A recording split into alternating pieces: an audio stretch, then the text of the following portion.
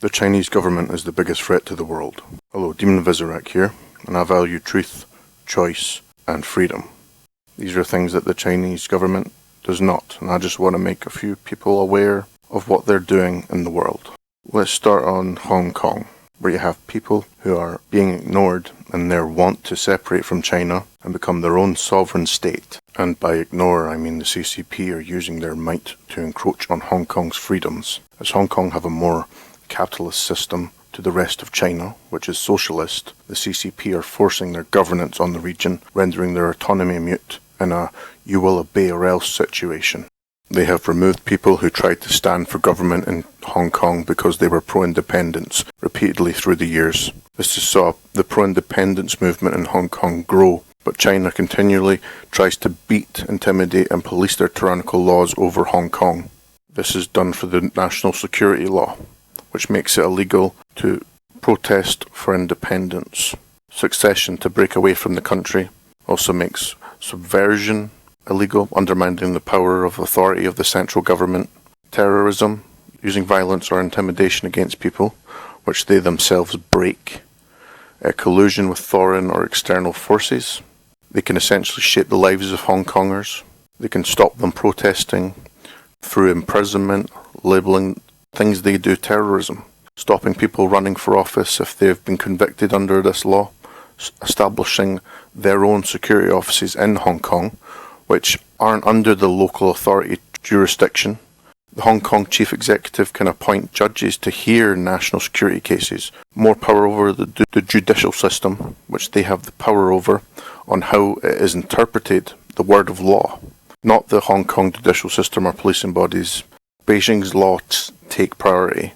Trials behind doors can happen now, which, anything can happen there. They can wiretap and put surveillance on people they think are breaking the law. This law also gives them greater management of foreign non-government organisations and news. It also gives them the ability to apply this law to non-residents or non-permanent residents of Hong Kong and from people outside of Hong Kong. This is a more severe attempt to take away people's freedom of speech, freedom of expression, and people's identities in their way of life. China takes even greater steps to stop any questions against their authority. Their destruction of other people's way of life can be seen again in the Uyghur situation, who are Muslims in the Xinjiang region of China. They are being rounded up and placed in internment camps to be re-educated, and these internment camps are operating outside the legal system.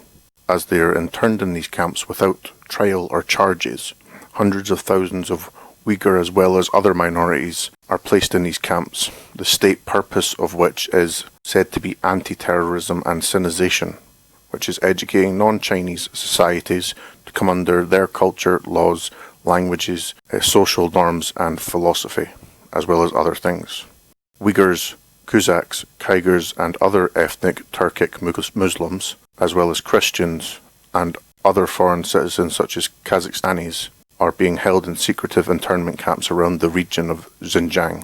1 million to 3 million people could be in these internment camps against their will, against their human rights, and against their faith, as they try to make them atheists without religion. They're trying to erase their cultures, replace it with their own.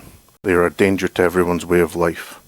You can see this in the way they treat their own supposed citizens with secret police, interrogations, imprisonment, and propaganda. Their propaganda being you can never question China's authority. Another reason we need to be aware of their growing influence in companies in other countries, organisations and governments. They are starting to creep more and more into censoring Western customs and talk on China through their Belt and Road Initiative to grow China's investments in global infrastructure. They are trying to put their authority over other developing countries financially so they can influence information and control the narrative by putting China-friendly individuals in places of power to benefit the CCP. This is the total opposite when countries try to influence China. They are censored or banned. Nothing except what the CCP wants inside of China is allowed, looking out for its own problems only. This is well shown in their delayed informing of C-19.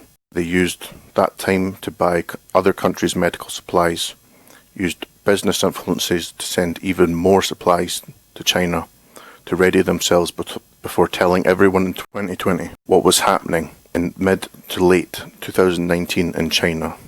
They looked out for themselves. They even gave out faulty medical equipment to other countries. They don't care who dies as long as they come out better. China is a major problem. They do what they want in spite of sanctions. They put spy software in Chinese developed or owned apps to monitor other countries. Their hand is in too many things.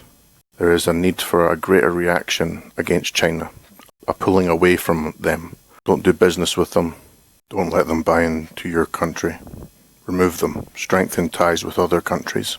Force them to change, to give people their human rights back, their autonomy to live how they want to live. Free Hong Kong. Free the Uyghur. Free everyone under the boot of the CCP.